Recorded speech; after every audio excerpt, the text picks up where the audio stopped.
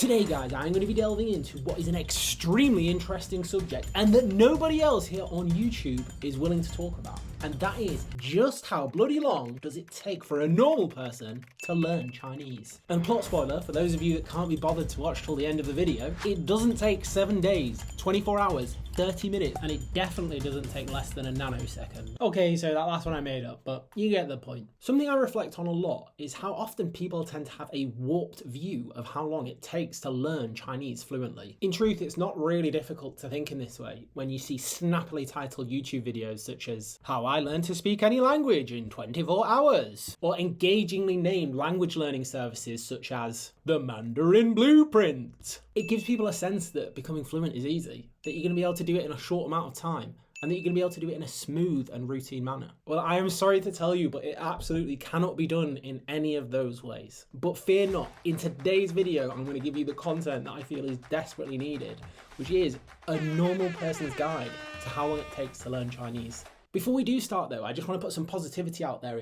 I don't critique these snappily titled YouTube videos. I think the creator, Xiaoma, who I've referenced, is an absolute fantastic creator, is inspiring people to learn languages. We just all need to be aware that we live in this social media age, and it's absolutely vital for them, just like it is for me, to put engaging titles, to put YouTube thumbnails that capture your attention. So this is in no way a criticism of those people I referenced. I love them, they do great things, I want them to continue doing that. I just want to cut through to people, like myself when I started, that your expectation of how quickly you're going to learn, whether it's you think, oh, in 6 months I'm going to be there, and that's the end of the road. I just want you to manage your expectations. I don't want you to have that disappointment when you get to that time length and you're like, huh? What's going on? I'm still at Mandarin. So without further ado, here is my normal person's guide on how long it takes to become fluent at Chinese. Year 1. Your journey begins with you trying a weekly class of Chinese in your home country. You quite like it and you can say your name, introduce your family and your favourite hobby. You pass HSK1. You are still not fluent. Year 2. You increase your classes to twice weekly. You can now say colours, talk about your holidays and introduce a range of hobbies. You pass HSK 2 and 3. Go you! You still are not fluent. Year 3. You move to China and sign up to university. You have 4 classes a day, 5 days a week. Surely, after a year of this, you will be well on your way to being fluent. Now you can go to a coffee shop with a language partner and have a conversation for 15 minutes, and all of it is in Chinese. If there was an English person sat next to you listening in, they would think, oh my God, he is fluent. You passed HSK4, but you still aren't fluent. You feel somewhat dejected. You're starting to realise how long this is going to take. Year 4, you return home and continue with your weekly classes. Now you can touch on a range of subjects, but you worry that you're regressing in your home country. People that you speak to at home in the pub whilst you're getting a Toby Carvery on a Sunday say, wow, you lived in China for a year. I bet your language skills are awesome. You hesitantly shrug your shoulders and say, yeah, I guess. You're working towards HSK5, but it's a lot of words to learn. You say to yourself, we're gonna take it next year. You still aren't fluent. Year 5, you move back to China. You get an English teaching job, but your colleagues are all Chinese, so you hope that you're going to spend loads of time chatting with them in Mandarin. You don't. Their English is way better than your Chinese, and it feels tiresome to try to force them to speak Mandarin with you. It feels kind of selfish when, to be honest, in social settings, if you use English, conversation just flows so much better. But having said that, your Chinese does improve a lot more than the year that you were at home. You pretty much grasp everything said at a basic level. Any instruction in a shop, conversation in a restaurant, topic about sport or politics, you can make comment on. You pass HSK5. You feel pride, and you should do. All your family and friends at home know that you're fluent. They say you're fluent. Your mum proudly tells her work colleagues, my son is fluent in Chinese. You still aren't fluent. And despite now having passed HSK5, which is technically in the advanced section of HSK, the Chinese proficiency exam, you start to worry that you're never going to achieve fluency. You've put 5 years into this, 2 years living abroad, and let's be honest, you're still not fluent, or at very least not at the level that you expected when you first started and what you feel comfortable classing as fluent. Year 6. Pretty much the same as last year. You're still in China, you're still teaching English. But slowly, you're starting to use Mandarin more and more. You make Chinese friends who can't speak English. And when you socialise with them, you use Chinese. 中国朋友们，你们好。 Pretty cool, hey? A relationship that relies on you solely speaking Mandarin. Not bad. You start preparing, shock horror, for HSK 6. As always, your friends and family back at home think that you are fluent. And do you know what? You have a friend that you only converse in Mandarin with. Oh, friend! And it works. You can make them laugh. And you can talk about pretty much anything you want that would come up in a social setting. Oh my god, you're now socially fluent. Well done. Year 7, you take a deep dive. You get yourself a girlfriend, boyfriend, housemate that can only speak Mandarin. You start spending a lot of social time with them outside of work. In any 24-hour period, you're now using Mandarin at least 50% of the time. Things are starting to flow easily, and you're very rarely feeling anxious thinking, God, I don't know what they're saying, I'll just have to nod. There are times though when the subject might become a bit complex or technical, and you still don't have a clue what's going on. That being said, wow, you have just passed HSK 6, so you are still socially fluent, but a bit more so.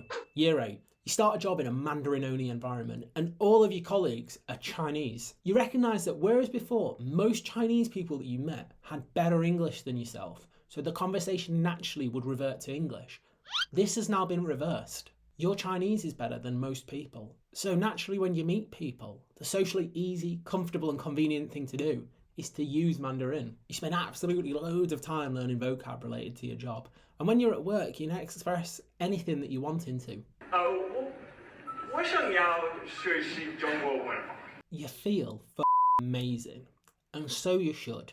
When you speak, it's just like, and it all comes out great. People understand you, you understand them. In reality, it is clunky for a native to listen to, and you are making lots of mistakes, but they don't care, and neither should you. Because, my friends, you have now achieved social and work fluency. Well done. Year 9, everything is going well. You rarely meet anybody whose English is better than your Mandarin. Almost all of your Chinese friends now choose to socialise with you in Mandarin. You rarely feel anxiety when you're chatting with people, and even rarer still do you have absolutely no grasp on what's going on. Truthfully though, if you're watching TV in Chinese or listening to the radio, it's still bloody complex and there's lots of words that you don't understand. You do get the gist of it, but it's much more difficult than watching content in English because your brain is working overtime, so you can't just sit back and relax and enjoy the content. You're now socially fluent, work fluent, but you're not entertainment content fluent. Year 10. You find a TV show that you enjoy and you watch it pretty confidently. Your mistakes start to iron out and you rarely have to pause it to understand what's going on. Your family, your friends, your colleagues, your boss, society at large consider yourself to be fluent. And when you think about it and what fluent actually means, it probably is the best and most accurate description of where your language ability is at. For you, it only took 10 years. You are now fluent. Despite this, you have the wisdom to know this is a lifelong journey and you're still not even close to completion. You vow to become more fluent. Okay guys, so that was my guide for a normal person to become fluent at Chinese. And unfortunately, it didn't take 30 days, 7 days, 24 hours, 1 minute, a millisecond. It took 10 years. Now a little disclaimer, this is incredibly generalized. It's not my path and it very much won't be yours. You're all gonna have your individual progress. There's gonna be outliers. There's gonna be people that get to fluency extremely quickly, a lot faster than this. There's gonna be people that do it a lot slower.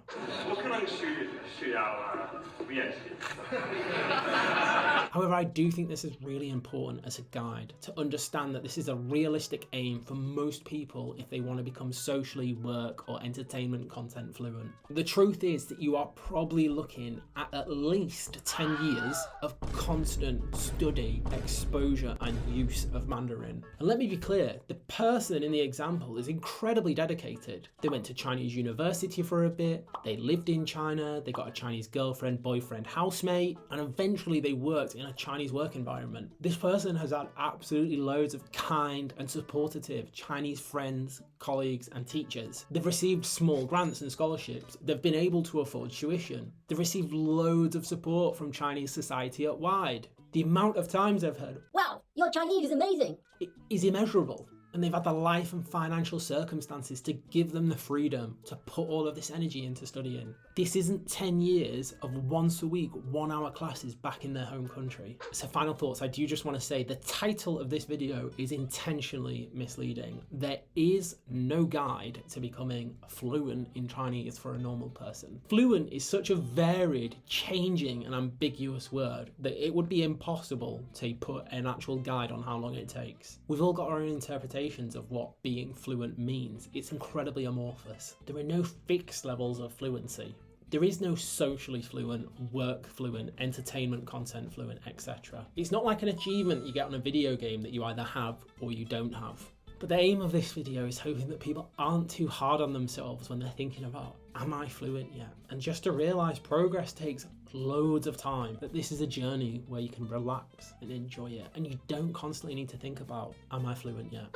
Okay, final update. Where are we at plus 10 years in our journey? You can now look back and enjoy the long and winding road of language learning that's taken you to here today. You understand the need for consistent but manageable amounts of effort across a long time period. You look around at other people in society who have incredible skills and you appreciate that a lot more. You look at your friend who's playing the guitar beautifully and you now see all of the small steps it must have taken them to achieve today where they can sit and play that beautiful tune, and you respect it. You feel proud of your friend, but more importantly, you feel proud of yourself. You've gained a life skill that won't erode quickly. You've built the foundations firm and deep. People praise your ability and how fluent you are. And no longer do you think, God, if only you knew how actually unfluent I am. You've got a sense of self-worth and you want to share this feeling and hard-earned wisdom with others. You're even more sure than ever before that Shui Di Sichuan is your favourite ever Chongyu. Wow, you were one of the elite few who have watched till the end of the video. Well done. If you like Chinese language content, then please do subscribe to this channel